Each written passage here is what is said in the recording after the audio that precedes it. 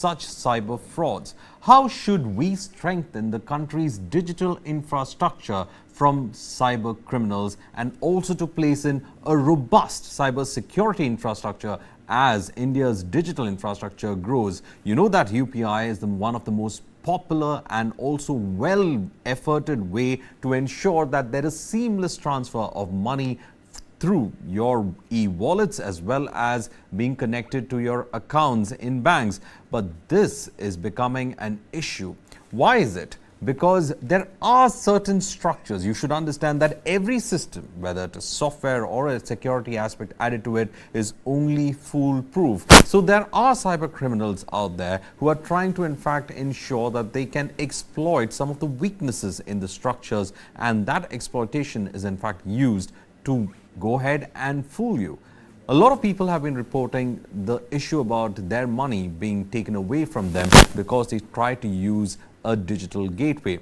Well, interestingly enough, there is an organization, the FCRF, which is incubated in IIT Kanpur, that has come up with a very interesting report on the nature of the cyber crime that we are in fact seeing. And interestingly enough, what we understand is that 47% of the 78% total of online fraud that happens, you have the UPI being used in it. UPI is in fact a very, very convenient way of transferring money. But at the same time, cyber criminals are targeting at the very nerve center of India's transactions. So this is one aspect of it that we have been in fact looking at. But then there are also other interesting issues. You know, there was juice jacking once upon a time, there was phishing, and there was also wishing. You know, you would be wondering what these terms are. These are terms that are these are in fact terms that have been used to describe the kind of online fraud as well as digital fraud that is being carried out, and also the hacking being used to take away your personal information. But all that is gone. The largest amount of crime that has been reported has been with regard to one factor, and that is the factor of financial crimes. And how these financial crimes are being carried out is the interesting aspect of it. So we are now joined in to discuss more about this by Utsav Mittal, who is also an author and a director, Xerox Solutions Private Limited. We have also with us Ellen Rao, who is a former DCP and from Delhi. He's in fact joining us from there. And interestingly enough, we are also trying to understand the nature of these crimes as well. Now, let me first in fact get to Utsav Mittal as well. And okay, we are in fact joined in by Khushbu Jain, who is an advocate at the Supreme Court of India and cyber law expert as well. So let us in fact try to understand what this is all about. And when we talk about the UPI, of course, there is a big concern that we have to look at it. Let's in fact start with Utsav Mittal, who's author and director of Xerox Solutions. When we look at the issue about cybercrimes, FCRF's report interestingly says that UPI is being targeted these days by cyber criminals. One of the interesting factors that have been looked into it is from this, that you have cyber criminals being able to get help of AIs, readily made malwares. They are also trading in the dark web, and they have access to it, which was technically, you know, meant for all those people who would understand what coding is or how a software works.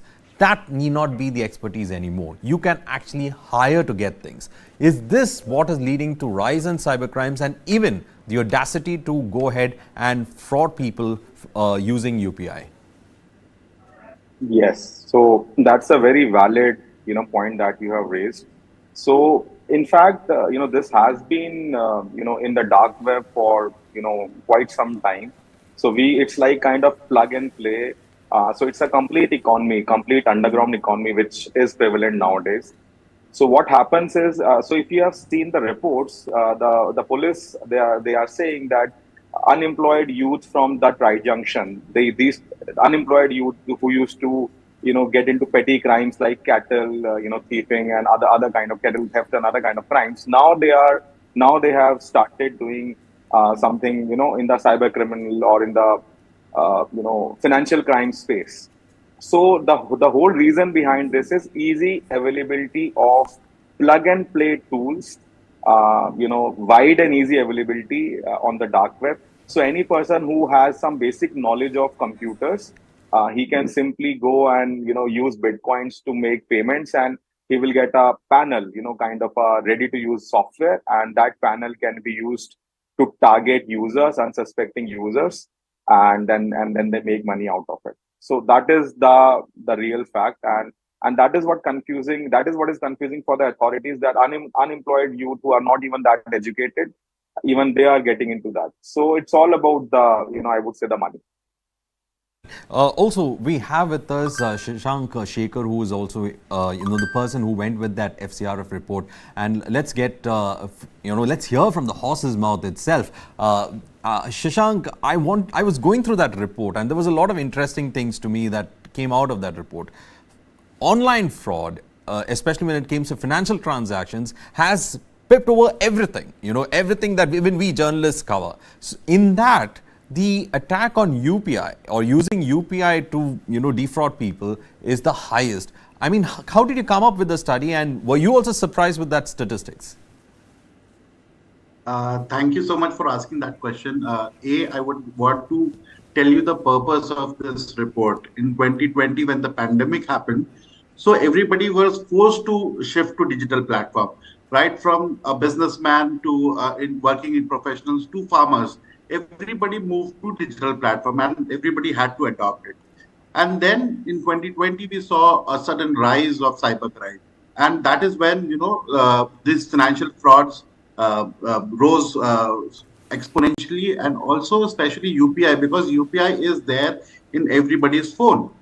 But UPI as a service is amazing. It is, I would say this is path breaking, but obviously with good technology always comes the negative side, and unfortunately these threat actors or these cyber criminals are using the negative side of it, because everybody has access to their bank right on the move, always when they're awake, they're at gym, they're at office.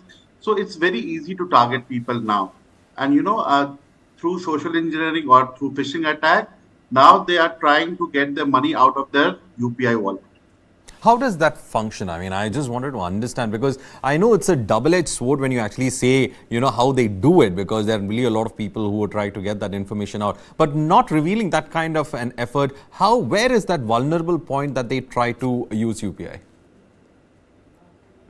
See, somewhere the loophole is with the individual, because end of the day, we are giving that OTP out, or we are giving that financial details out. Okay. These cyber criminals play with our psychology. They actually, so these are not very high-tech crimes, if you see in that ways. All right. They will manipulate you in terms of, validating, updating your UPI, or putting a nominee or something or the other. They will pose as somebody, an authority, maybe a government official or a bank official, and they will call you and they'll take away your money. All right. So basically, it is mostly you giving out your details. They are not going through the complication of cracking the code or trying to get into the system. That's not how they're doing it. Am I right, Shashank? They are not actually breaking into the programming. They are actually breaking through your security, the end part where you are involved. Is that how they do it? Right. So there's no flaw with UPI as a service. UPI as a service remains solid. But the only flaw is when, as an individual, as a victim, we give out our banking details and the secret password code. All right. So basically, they're using very traditional method to reach the end user, basically. There are traditional method as well as modern method where, they are using remote access tools like AnyDesk. Now, in fact, they are also cloning creating a lookalike of the banking or the UPI app, and they're asking to download it. So from traditional to modern, they are moving towards the modern approach. And also with the use of AI, it has become very easy, and it is very accessible for cyber criminals as well to cheat people using the modern tools.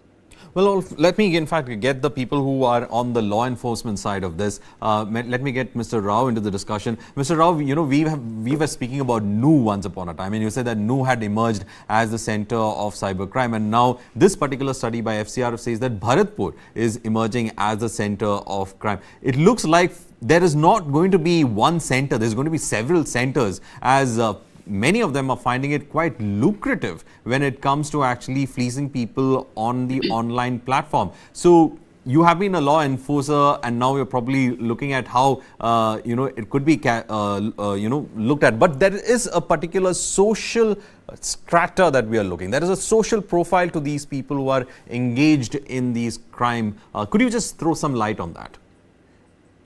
Yes, this very true that the people who are earlier that new area, new region was very important for this purpose, and now as per FSR report, then Bharatpur district is also coming up very well, because that the area and the social profile of these people, definitely they are maybe some unemployed youth and having some knowledge about computer, and they found it very lucrative business, because earlier these Mewat people, new people were used to do a crime in the buffalo stealing, and then cow stealing and like that, and some other traditional crime. But as soon as they came out with this new idea of cheating people like this UPI fraud and other cyber crime, then they found it very lucrative. They don't have to go anywhere, just they have to learn some computer ideas, and they need to have some data of mobile numbers of the persons,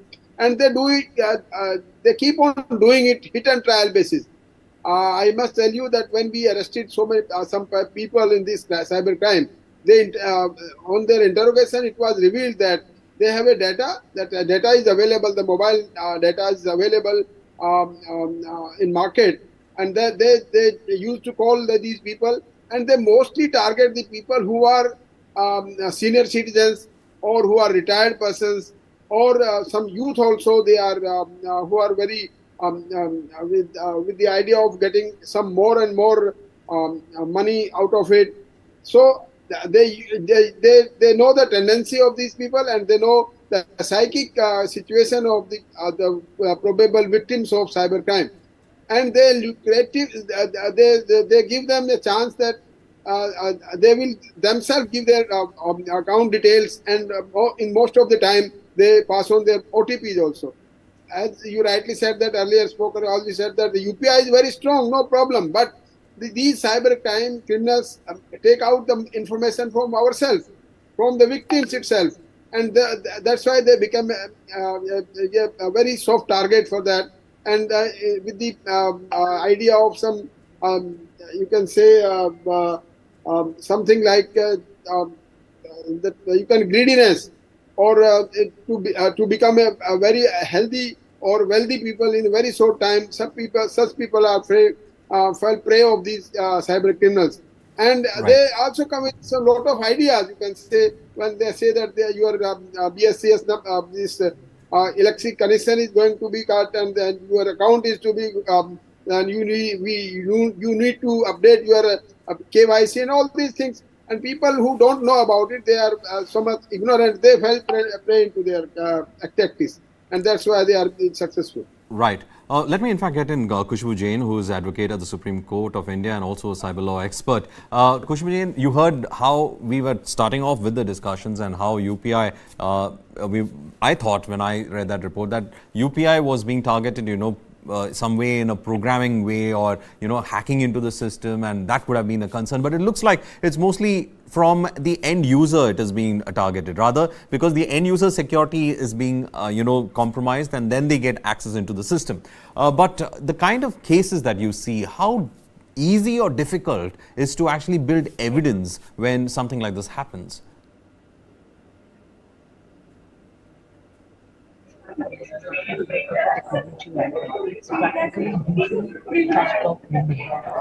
We will in fact come back to Ms. Jain as we in fact get our connections through. But let us go to in fact Shashank Shekhar on this.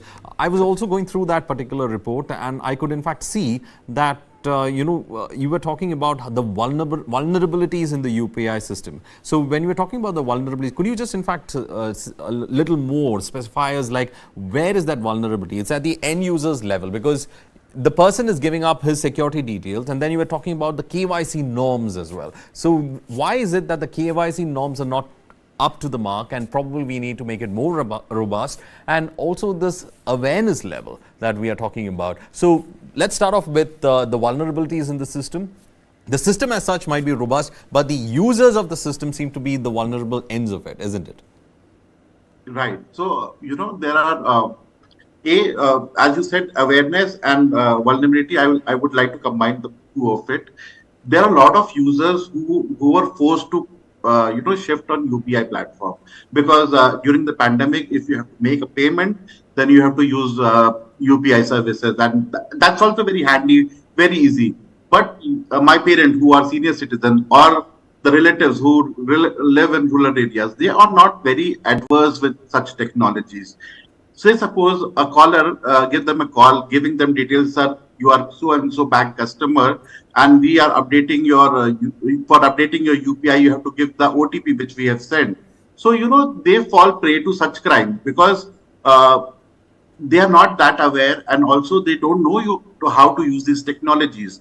I would also give another example where these cyber criminals send links to app, and they say, sir, your account has to be validated, and if you click this link, you will get our app on your mobile, and then accordingly the validation process will happen.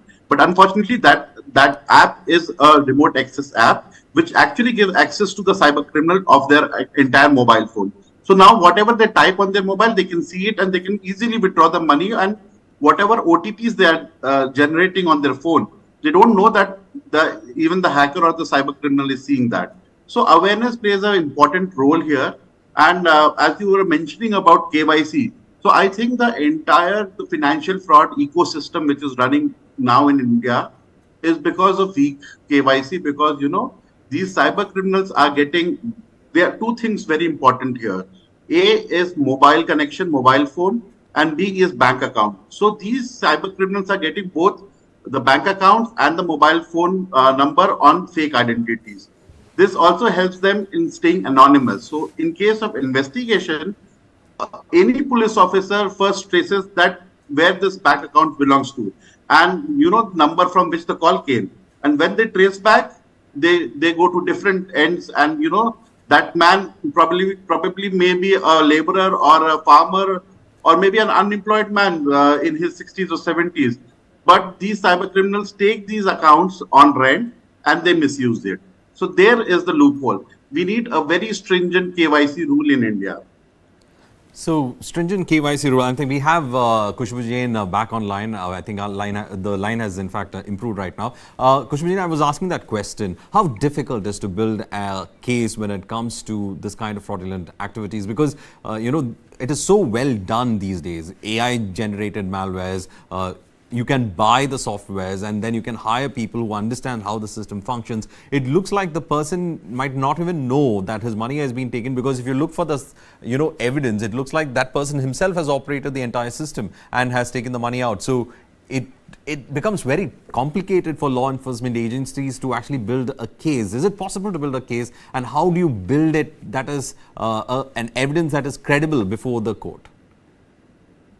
See, that's a very valid question that you're raising, because the whole problem that comes here is, as I was saying earlier also, the criminals now are not getting into the technology or the security of the system. They're practically playing with the human mind. They're bringing in trust by maybe posing or having more of the data.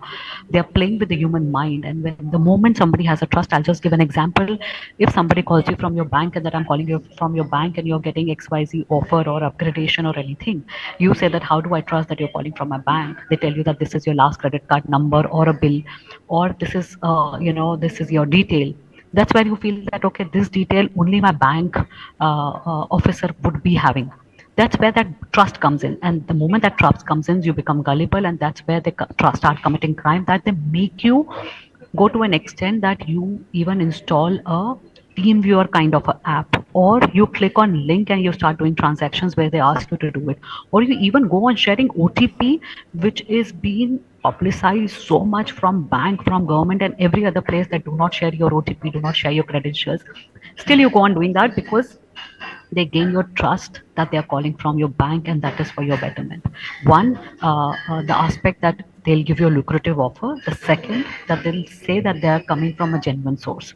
Everything is done because they have access to the data, which makes them gain your trust. Once that is done, now you're party to the crime. Now tomorrow when you go and complain also, only thing that comes in play here is you are the one who has shared the OTP, or you are the one who has done the transaction, or maybe transferred the money.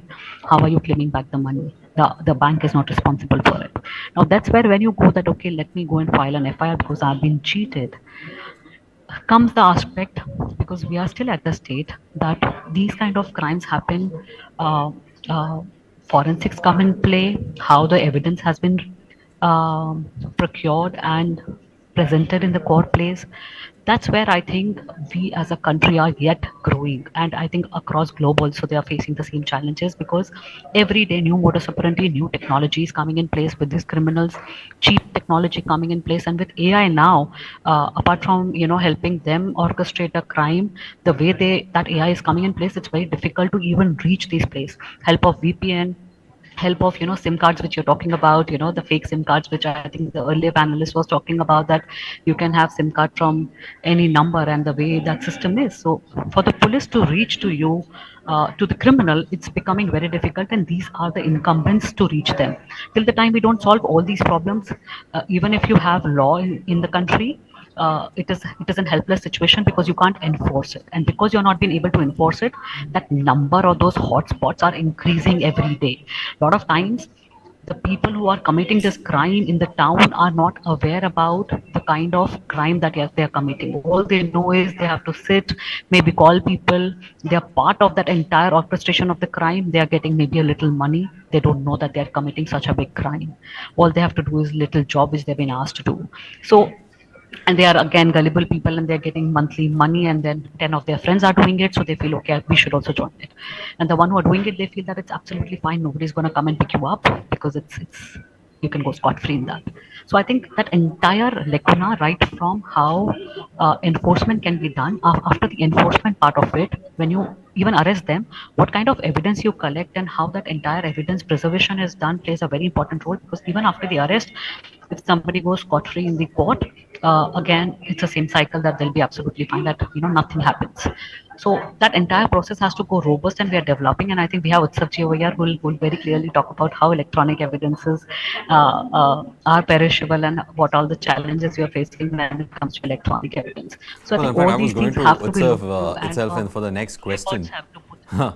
I was just going to Utsav for the next question. In fact, that crucial question, that what I understand after talking to all of you, including Mr. Rao, is what I understand is data leak is a crucial factor in this. Where does that happen from? I have a question on this, because when it comes to UPI, you register your mobile number, your bank account is registered with your mobile number, your identity with the bank is actually your mobile number, and the other thing is that this particular mobile number tends to be leaked from the bank or from anywhere. I mean, you go to a simple, a simple place like a mall, and if there's some event happening, they take you down your mobile number. So this mobile number becomes quite accessible to anyone who wants it. All they require is, even a raffle ticket, your mobile number is written on it, and you tend to throw this raffle ticket out, and that I've heard stories of how those raffle ticket mobile numbers that were thrown out were used to con people. So this, I think a mobile number is now very, very easily accessible, at the same time the most vulnerable part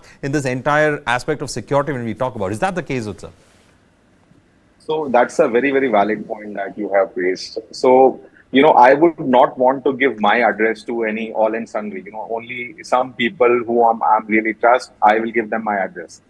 Mobile number nowadays is like a digital identity, digital address. All my assets, even my Aadhaar card has my mobile number. So now it becomes very easy for criminals to target. So let's say, for example, I want to target individuals who are above 60. I'm a cyber criminal. So I'm just telling you the modus operandi these criminals follow. If I want to target an individual who is above 60, so these people, they tend not to have that amount of technical knowledge, and they are more gullible. and they also, they fall prey to some things which are too good to be true. So what I would do, I would, try to maybe get a data from an organization which has data, which has bulk data of individuals above 60. Let's say hospitals. Assuming that people above 60 visit hospitals. So now that's the reason Data Leak and Data Privacy Act, which India has acted, it's very important, because people think our data is not that important, but data, this is where the crime starts. So if you want to nip the bud, then you actually need to prevent data leak. Then you also need to disincentivize the crime. So as my colleague just mentioned about uneducated, unemployed youth, who used to be cattle thieves, now they are finding this very lucrative, because all they do is they buy data, they buy bulk mobile numbers of certain individuals. So what's the modus operandi? They buy data because of the companies, because of our organizations who are not protecting the data of the customers that well, because there was no law, which is now the law is there. And that's the reason I'm saying it's very important for the organization to protect the customer data. Now they buy some X amount of money, they pay for data. Now they have the data. Then they buy some tools, ready to use plug and play tools from the dark web. They get the tools from the dark web. Now they have a data. Now they have the tools. Now they just sit in front of a computer and they start firing the tool. Once that happens, now all these targeted individuals, which is verified data of people of the target population they are having, now they start receiving phishing messages, AI. So these tools are all AI enabled, and they also make some kind of similar looking websites. Now they start calling them. They're automated systems. Can you imagine? Now so as you see in the call center, now they have automated voice machines which call the system, which call the user, and then you put some, press buttons, and then you can talk to the person. So this is happening a lot.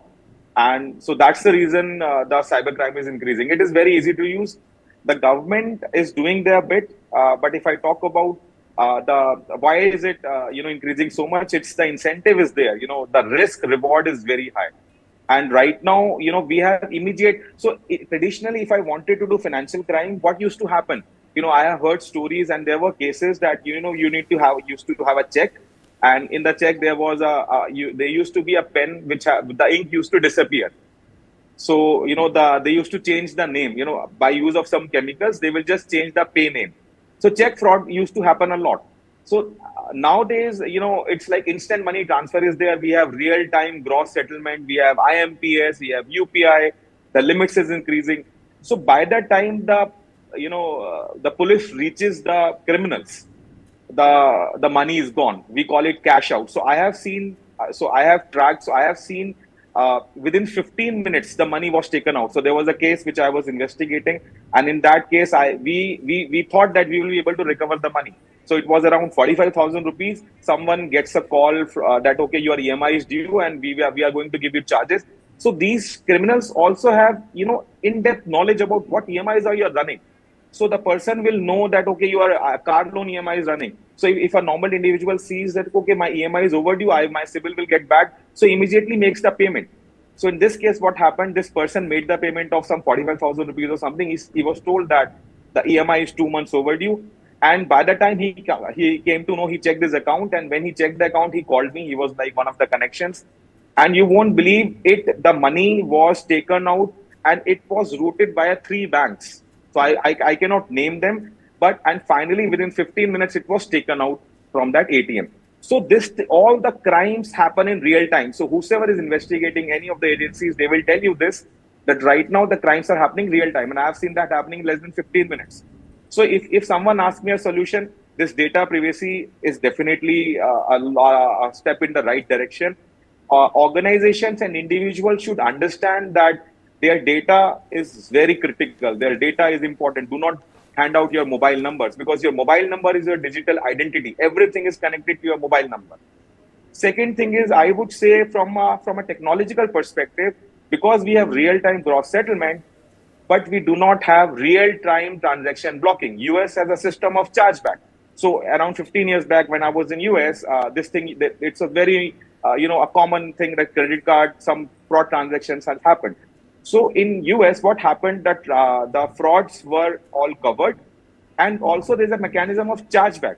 India is still to implement that mechanism. India, we do not have that chargeback mechanism. People, if once the money is out, it is out. So that's another solution that I think we can look at. Now, one thing which my colleague Khushbu mentioned about the conviction rate. The conviction rate for cybercrime is less than 5%, probably less than 1%. That is because the evidence is very fragile. Computer evidence is not easy to acquire and even present in the court of law. So I think for in order to do that, again, by the time the police reaches there, and as one of my colleague, DCB Saab mentioned that even when we talk about when you grab hold of them, the conviction rates are low and they get out. Because the agencies are not able to present the evidence in a forensically secure manner. So that's another challenge. So right now, India has one of the largest number of transactions. We are a financial economy, and we are billions of dollars worth of transactions are done every day. So Right. this thing, cybercrime is anything, it's going to increase. But as an individual, what I can do, or if I give you one line that do not believe in anything which is too good to be true. Every cybercrime, as my colleague Shashank already mentioned, that it is more of a awareness problem. Awareness. Technical solutions are there, so it's more of an awareness problem. And if people are aware, if people are if they know how to actually make use of this system correctly, that's the way to go.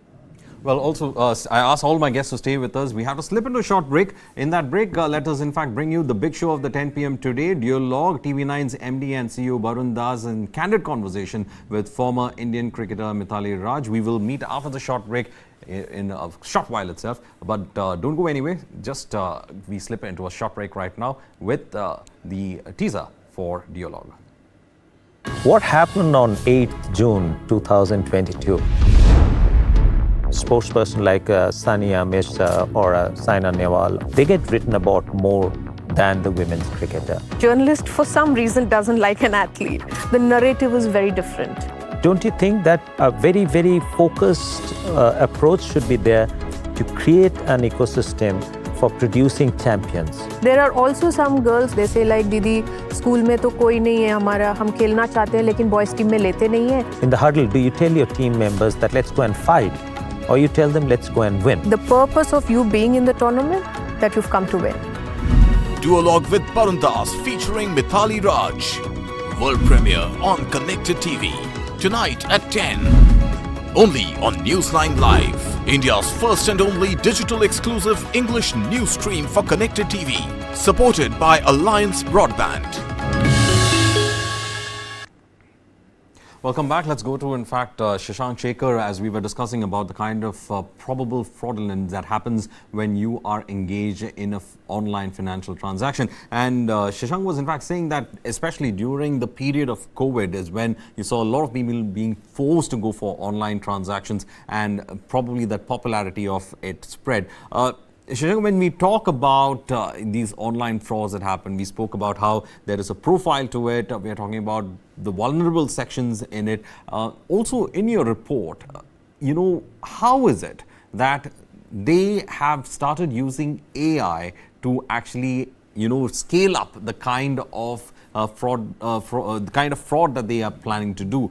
We said that they are making, similar looking websites, similar looking apps. You don't even know whether, it's too good that you don't even know whether it is the real one or the fake one.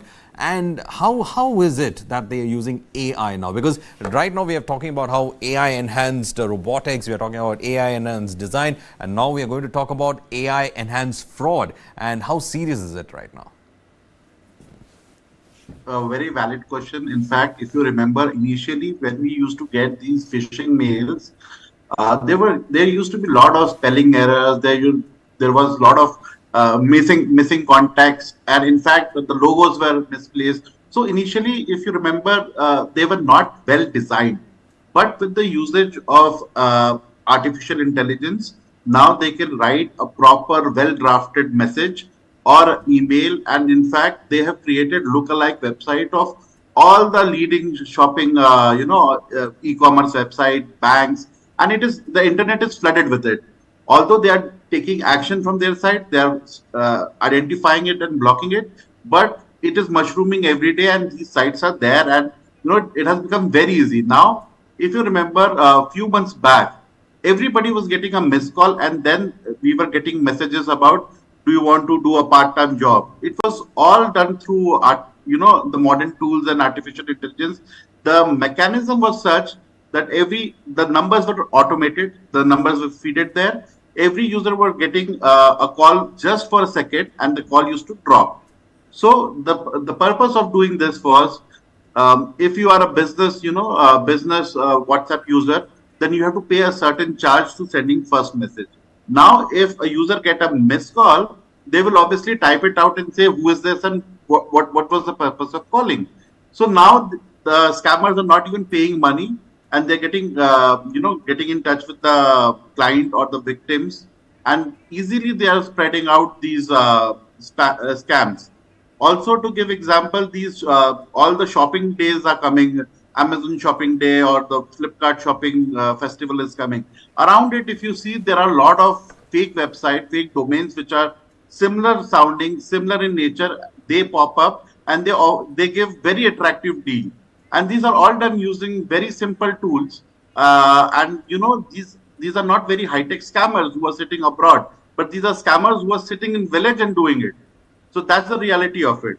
And in fact, if you Google any customer care number of any branded company, the chances are very high that you land up on a fake customer care number. And these are all available on Google. All right. So, I'm getting more scared of what you're trying to say, because on one side, AI generated, my data is out there for free. And, then you have AI generated scamsters out there. And they are all going to become much more efficient. Let me find out about how the cybersecurity aspect of it works. Is India actually having a robust cybersecurity infrastructure to take on the evolved Indian cyber criminal? Is that the case, Shashank? Is there some hope in that? See, India is very serious about tackling cybercrime, but we also need to understand that, traditionally policing or security was all about being present on the ground and managing things. But the digital shift has happened so fast that unfortunately state government or the central government has not been able to manage to cope up with that number. New cyber police stations are launching, but unfortunately we don't have that trained staff. So suppose UP police for that matter has announced having a police station, dedicated cyber police station in all the districts. But unfortunately, the staff posted there are not that trained. In fact, a lot of training is required, a lot of capacity building is required. Police officers and other law enforcement agencies need to work with private sectors, those who already have such capacity, and use modern tools. So some of the efforts have definitely been there. They're very serious about tackling such crimes, but there's still a long way to go. And Utsav would tell you more better about it, because he is helping a lot of law enforcement agencies in investigating such cases. Well, let me in fact get in Mr. Rao onto this, because he will give a first-hand idea about how, because he's faced these kind of things on the ground. Mr. Rao, these crimes are intangible. You know it has happened, but physically it is not present out there. So how difficult is it for the police with its current knowledge to handle such things? Of course, you have these so-called glorified, cyber police stations, and you have people there. But again, how difficult it is for the police? Are they up to these evolved criminals? It is because it doesn't happen on the physical plane. It's so intangible.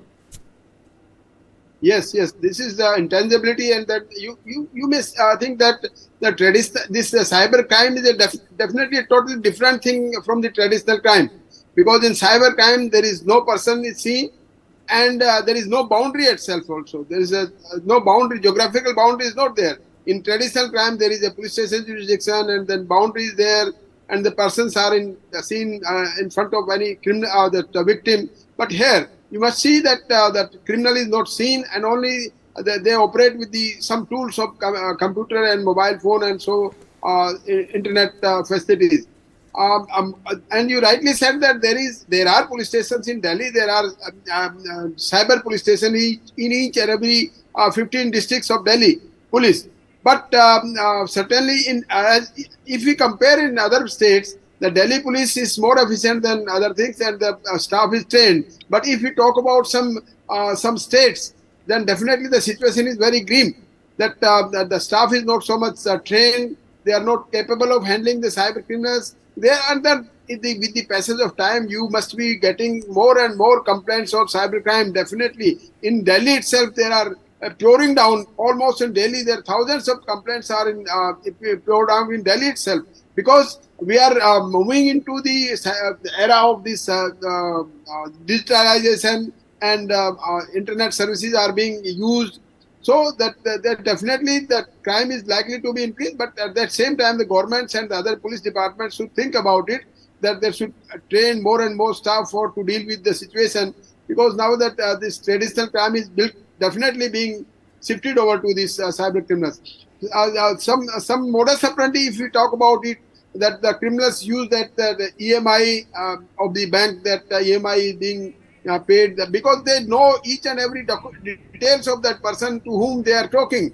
They are having data of that person, the complete data, and that as Khushbu was saying, that the trust factor they create with their victim, definitely. And the person thinks that the person who is calling, he may be from the bank itself, and then that's why he knows all the details about me. Another modus operandi is the tax refund, that they say that we are from income tax department, there is a tax refund is there, then we need some more details and the OTP will be there. So people get trapped into some lucrative and beneficial insurance, beneficial ideas which the criminals give to the victims. Another modus operandi is the insurance claim, that your insurance claim is likely to be due or is likely to be terminated like this, and you will be getting more and more deficit out of it. That's why, and your insurance may be given to you. Then people become so much of friendly with that cyber criminal, and they part away with their OTP and other more details which they are required for the committing of such a crime. So these things are that the people should, that the person should be very well aware of it. And I appreciate your channel that you are spreading these type of informations and so many other things to the general public. Whosoever watching your TV show, they will be definitely having some first-hand information about that, or more detailed information about the cyber criminals. And this report, which has been published by Mr. Sushant Sekhar, and that is also very important, FCRF report, and that is also giving a very informative information about the cyber criminals. And now up to the government that they should make more robust this system, so that this crime can be stopped, rather this minimized, and if the crime has taken place, that should be detected at the earliest. Because these criminals use their fake identity of opening the bank accounts, and their fake identity of their mobile phones. And the mobile phones, if police officers investigating these cases try to contact these persons, or that mobile phones are generally dead, because these people are having so much of pre-activated mobile phone chips or SIM cards. Then they use and throw. Then you use one number and they throw it away. Then in that context, I must advise to the government that these mobile phone companies should also be advised not to issue these pre-activated mobile phone, and their identity of the person who is using that mobile phone, that must be verified before this mobile phone services are given to any particular. Mr. Rao, I was trying to understand this entire thing, and then I understand that we are nowhere in this entire thing. I think the criminals have gone far ahead of what we understand of how this, or the system is understanding how to deal with them. They are far ahead of it. I mean, we are talking about people who are getting ready-made malware. They can just purchase it out from the dark web, and they can just use it. They just need to know or have the knowledge of how to use it. Let me in fact get Khushbu Jain into into the conversation as well. Khushbu Jain, I mean, you must have come across several cases where, you know, the biggest problem has been, one, to trace the people who've done this, two, the issue about creating that credible evidence. Is our police force actually lacking? Because, you know, when it comes to the court, it is not all up to the lawyer. The lawyer can argue from the points of law. But when it comes to the policemen, how badly they need to be trained and brought up to the mark to the kind of crimes that they're going to face? To start with, I'll say every traditional crime also has an element of technology and cyber into it. So that aspect of awareness and that aspect of being technologically capable in terms of investigation and in terms of preservation of evidence has to be there with the entire police force of India. You cannot rely on some experts from outside, because again the accountability, reliability is questionable when you have experts from outside. I'm not saying you should not, but you need to have that capacity building inside. You cannot have just some dedicated cyber hubs, you know, or cyber police stations in some areas. You need to have every police force should be capable. You know, that should be like the basis of everything. It should be a compulsion that every police officer is aware about how the chain of custody should be, or the chain of entire process should be when it comes to technological aspect or cybercrime into it, and they should be aware about how evidence has to be preserved, what kind of things have to be taken care at that time, because you can't expect now to have just traditional crimes. A traditional crime, again I'm repeating, even a most traditional crime like a murder has an element of technology into it, and they have to be updated. But at the same time, I would say it's not just that. You need to update your forensic labs, you need to update your forensic experts into it. Right. In fact, we have only so much of time when it comes to the show as of now, and I've been also looking at that particular report, and it looks like we have to go a lot more there and have to do a lot more when it comes to the kind of crimes that we are going to see in the future. In fact, the FCRF report has been quite credible when it comes to trying to give us a window into what could be the challenges that we face and probably the kind of security that we require on that. With that, it's a wrap on this discussion. Thank you, gentlemen, for being with us, and also Ms. Jain for being with us on the show. On the other side, well, the government is stepping up its efforts to boost the e-rupee, the central bank digital currency CBDC issued by the RBI. Join News 9's Krishna Kumar and Karthik Malhotra in conversation with Kush Bora, founder of kushbora.com, as they bring you the latest on the e-rupee.